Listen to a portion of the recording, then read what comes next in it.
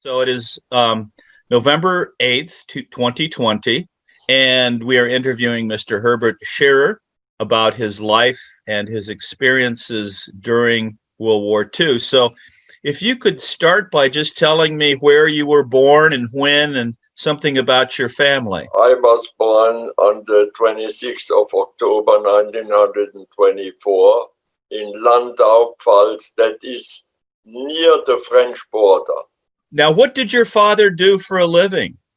The government hired him to the labor department and everybody was unemployed, 1930 or something. Mm-hmm. He was still earning, but not really much, but he was earning, he could sustain our family, What kind of friends did you have and what did you do for fun? Well, we played soccer on the street. At this time, we had only 2 cars in the whole town, one doctor and one taxi on the railway station. We could play soccer in the street. No car was coming. Maybe one wagon with a horse on it, at this time. Okay. Oh. Tell me what you remember about the 1930s. Did you follow the news? Did you know what was going on? Yeah. My father came home and he told us that Hitler came to power in January 1933. When he voted for a party that was Christian-oriented. Then the boss in the office where he worked, he said, Scherer, you have to join a nationalistic organization. Mm-hmm. Otherwise, we have to let you go. And my father had a family. He had to join the SA. SA was a Sturmabteilung. Right, yeah. And then he had to buy a uniform and everything. And I personally didn't like that. And I had the idea that something will go wrong because there was too much power behind it, Yeah. Too much power. So did you get most of your news from newspaper or radio, or did you go to the movies? Where did you get most of your news? Radio. My father had built a radio on a table in the entrance hall and drilled a hole through the wall. So in the kitchen where we were eating, a big sit-in kitchen, and we heard news from Hamburg, from Frankfurt, from Breslau, from Berlin, from Vienna. At that time, do you remember, I know you were very young, but do you remember if some newspapers were critical of the government, or were all of the newspapers? No, the newspapers were not critical of the government. At what age did you have to join the Hitler Youth? About 1 year later, 1934. I didn't want to go, but my father said, look, Herbert, if you don't go, I lose my job. Yeah, okay. So I went, and the Hitler Youth was mostly sport. Okay. We played soccer in the summer, and they read long stories from the First World War. Oh, okay. Which was boring for us all, but it had to be done, And then they teach us songs, and these were more soldier songs, Okay. And we had to learn how to march and how to stop and how to turn and all this. Even with I was 11 years old at this time. What did you think about when you heard about the Anschluss with Austria and then later, the Sudetenland and Czechoslovakia, Poland? What were your thoughts about those? Well, you see, before Hitler came to power, we had 7 million unemployed. People were begging. They came to knock on our door and they asked us for bread and money. When Hitler came to power, he first made them all work. He took the people from the street, put them in a caserne, and they made baskets for fruit, and potatoes and all this. Made them work, made them produce something, put them a uniform on and let them work.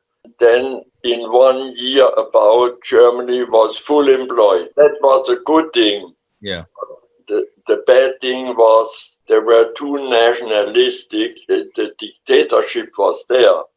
You couldn't say and do not what you want. You had to go after the line, what they wanted you to do. Yeah. So what did you think personally about Anschluss and Sudetenland, Czechoslovakia? Well, Czechoslovakia, we didn't know why he went there. Austria, we knew Austria was practically a German land. Right. And we thought it was maybe a good thing. Germany grew a little bit bigger, and we were not against it. And then if you were against it, you better shut your mouth and never say anything, because you were unliked by 90% of the people, And what about Sudetenland and then Czechoslovakia? We were not happy that he marched in, and he had big difficulties there. Sudetenland was, I don't know, I was a little guy, I had no idea.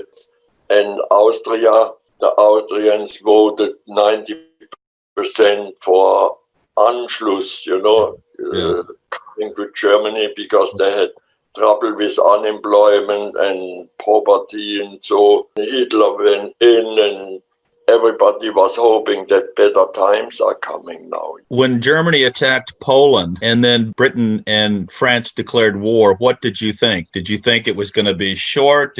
What did you think about all of that? Well, first of all, Hitler didn't march into Poland just like that, just because he wanted to know. The Poles were hanging German minorities inside Poland. There are Poles on German side and German on the Pole side, and they had farms. So they were hanging up the guys on hydropoles. That went on about a week or 2 weeks, and Hitler was not the guy who could take that. He was not a diplomat, and he was kind of military guy, He said, we don't take that, we march in, and they marched in. Okay. And that was because of the murdering of the German minority. That is the beginning of the war, and because Poland had a pact with France and England were forced to declare the war on Germany. Now we had the World War. Then 3 years later, Stalin massed all his troops on the border of Poland and Czechoslovakia. So he was ready to march in, and that would have been a very, very bad thing, because what he wanted was to occupy the whole of Europe. And Hitler knew that. He found that out, that his troops are very near. And then he marched into Russia, and then there was, that was a very, very bad thing, because little Germany with 65 million people had to fight, not only had to fight the Soviet Union, So this was, it was a tragical thing. I remember that my mother lost some tears in the morning. I came out of the bed and said, Mama, why are you crying? Well, Germany marched into Russia, and she knew that that could go wrong, because we didn't have the people. And Russia is the Russian border, and the further you walk in, the larger you have, more soldiers you have. They had the soldiers, millions of them, but we didn't have that many. Because there were soldiers in, there were soldiers all over Europe, occupation army. Right. And even in Norway, because we need the iron ore. Yeah, from Sweden, yeah. Now, what did you think? Can we go back just a minute before the invasion of the Soviet Union? When Germany invaded Denmark and Norway, and then Luxembourg, Holland, Belgium, France, what did you think? I mean, what were your thoughts about that? Well, I was 15 years old at this time. They had to, because France declared us the war.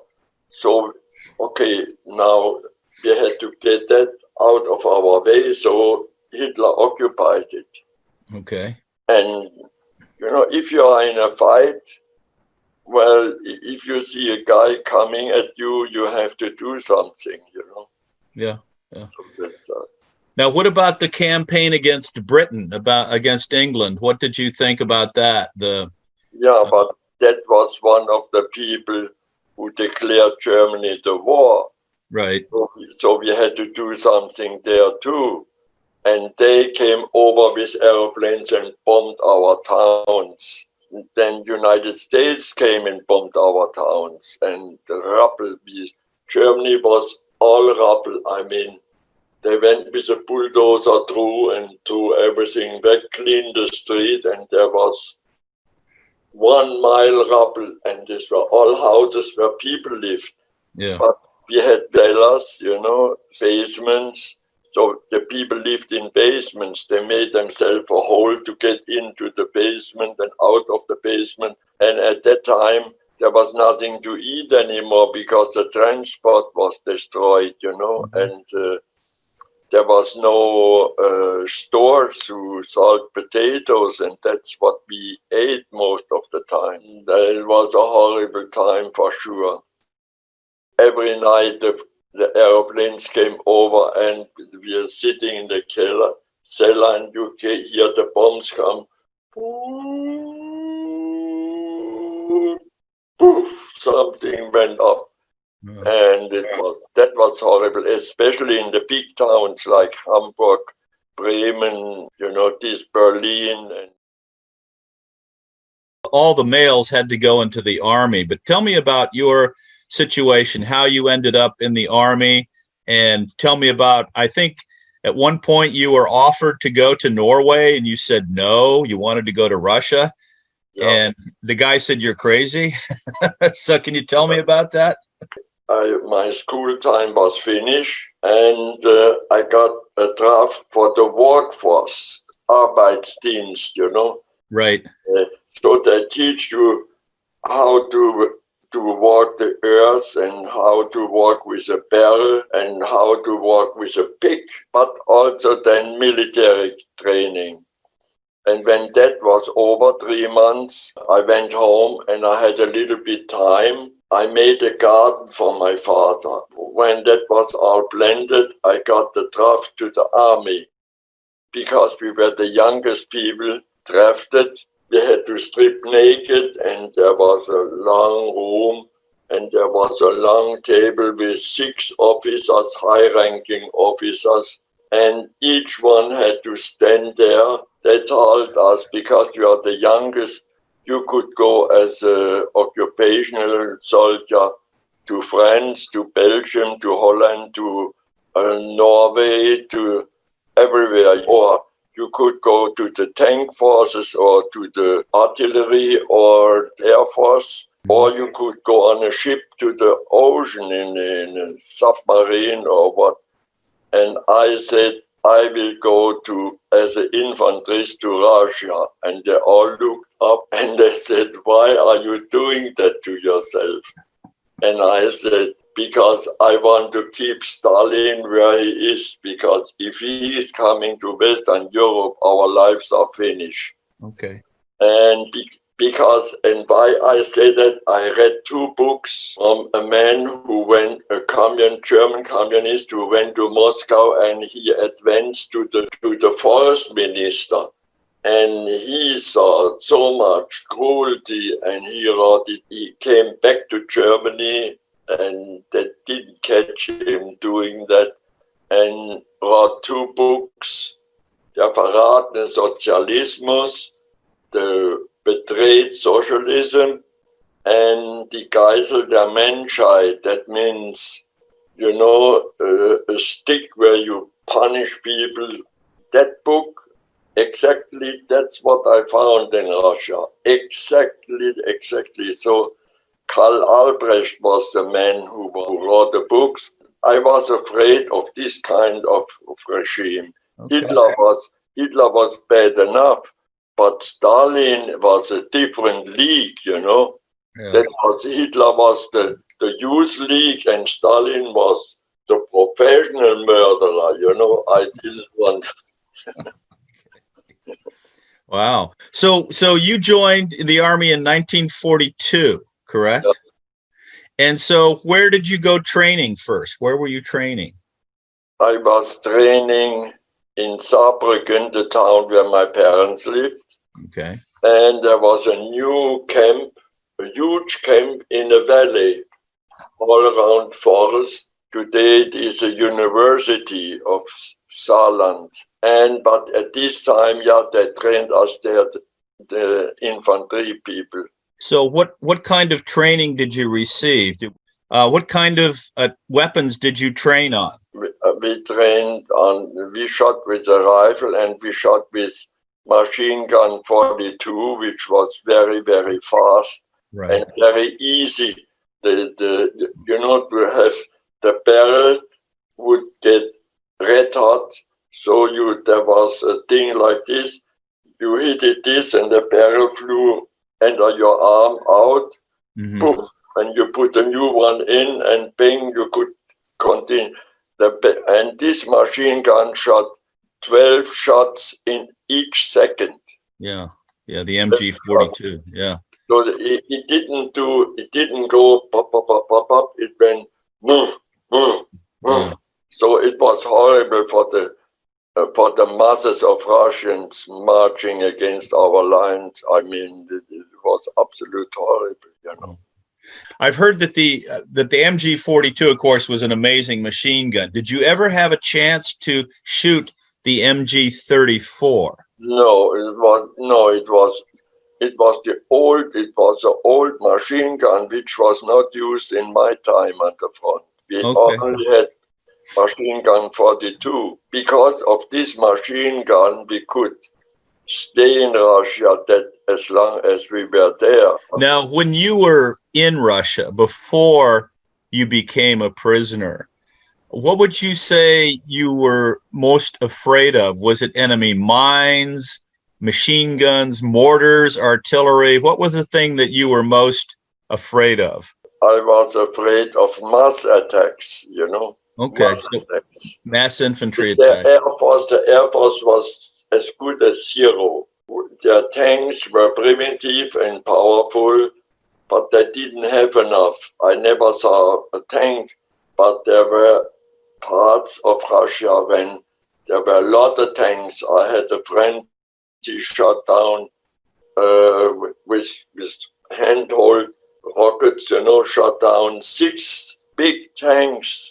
That only one man, Wow. But he was a type. He was a happy type. You couldn't frighten him. So you were trained for what, 3 months before you went to Russia? 3 months, yeah.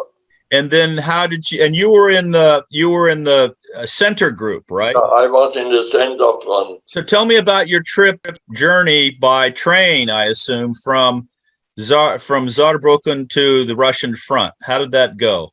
Yeah, that went okay. Through Germany, we could see all the damages in Berlin, and we went on toward Poland. We went toward Poland.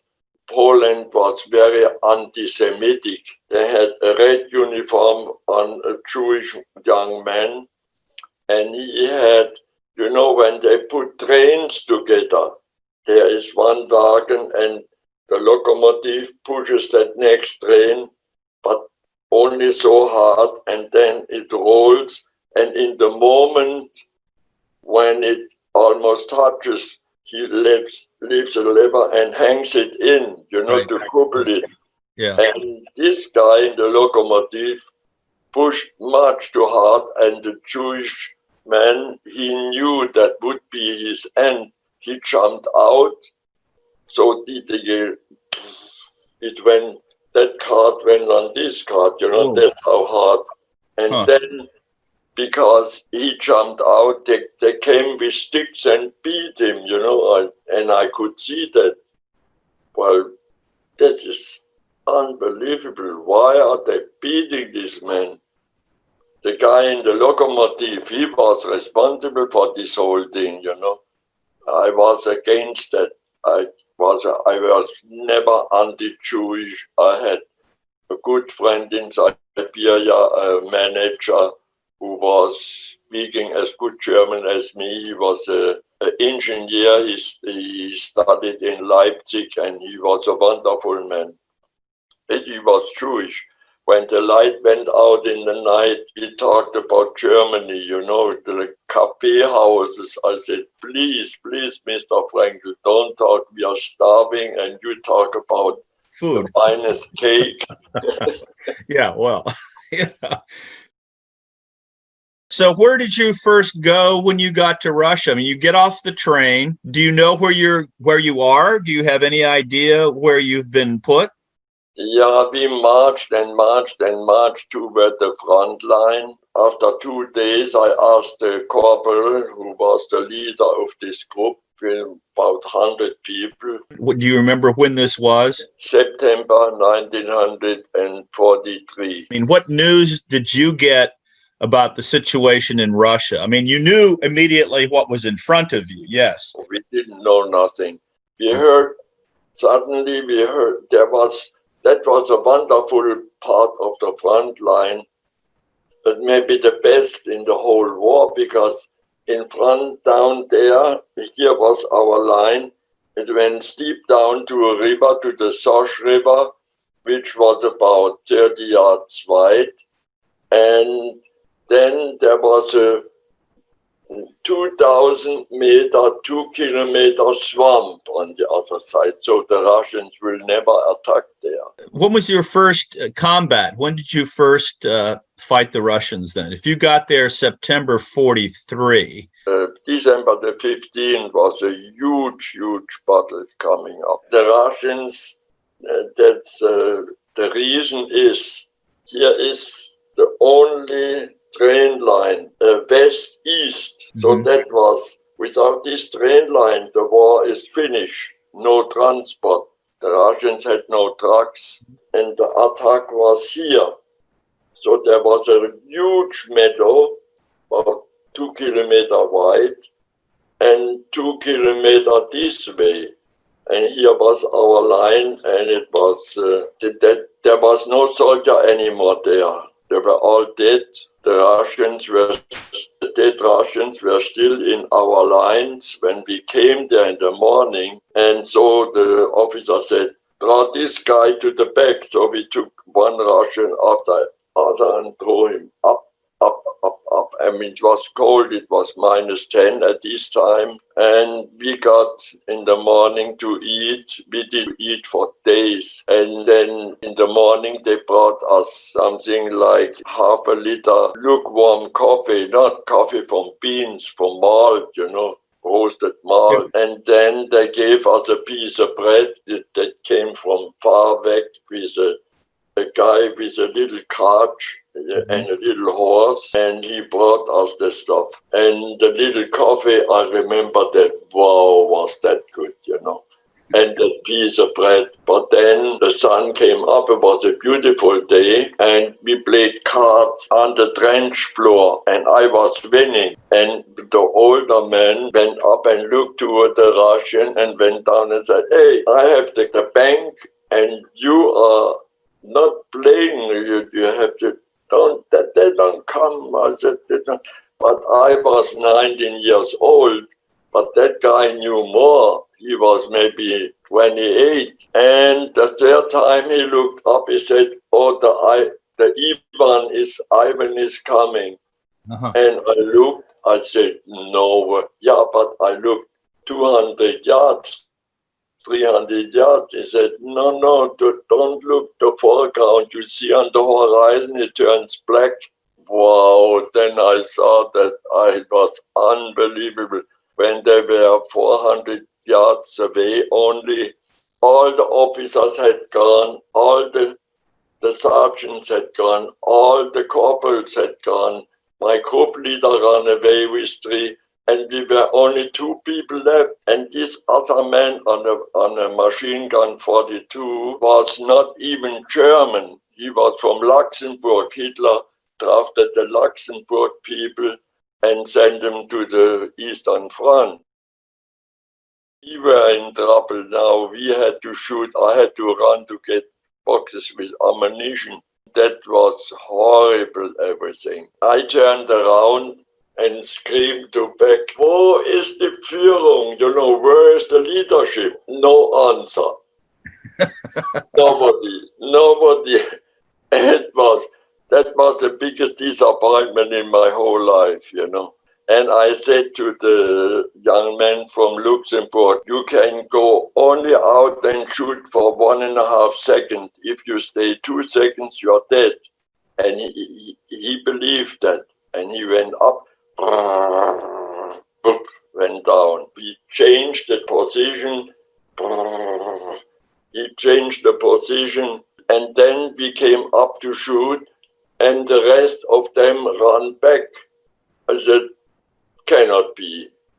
Yeah, we thought we are dead very soon, and we were not dead. They are running, and the young man on the machine gun wanted to shoot them in the back. They were only 50 yards gone. And I said, no, let them go. They want to have another soup and another piece of bread. They want to sleep one more, and tomorrow they come back.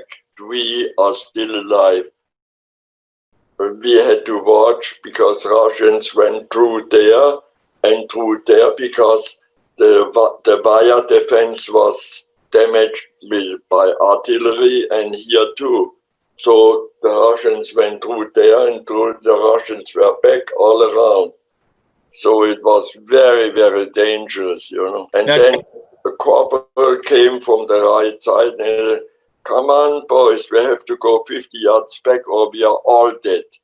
And so we went 50 yards back into a hole. We shot from there to all sides, all around. And that's why when I got a bullet through the leg.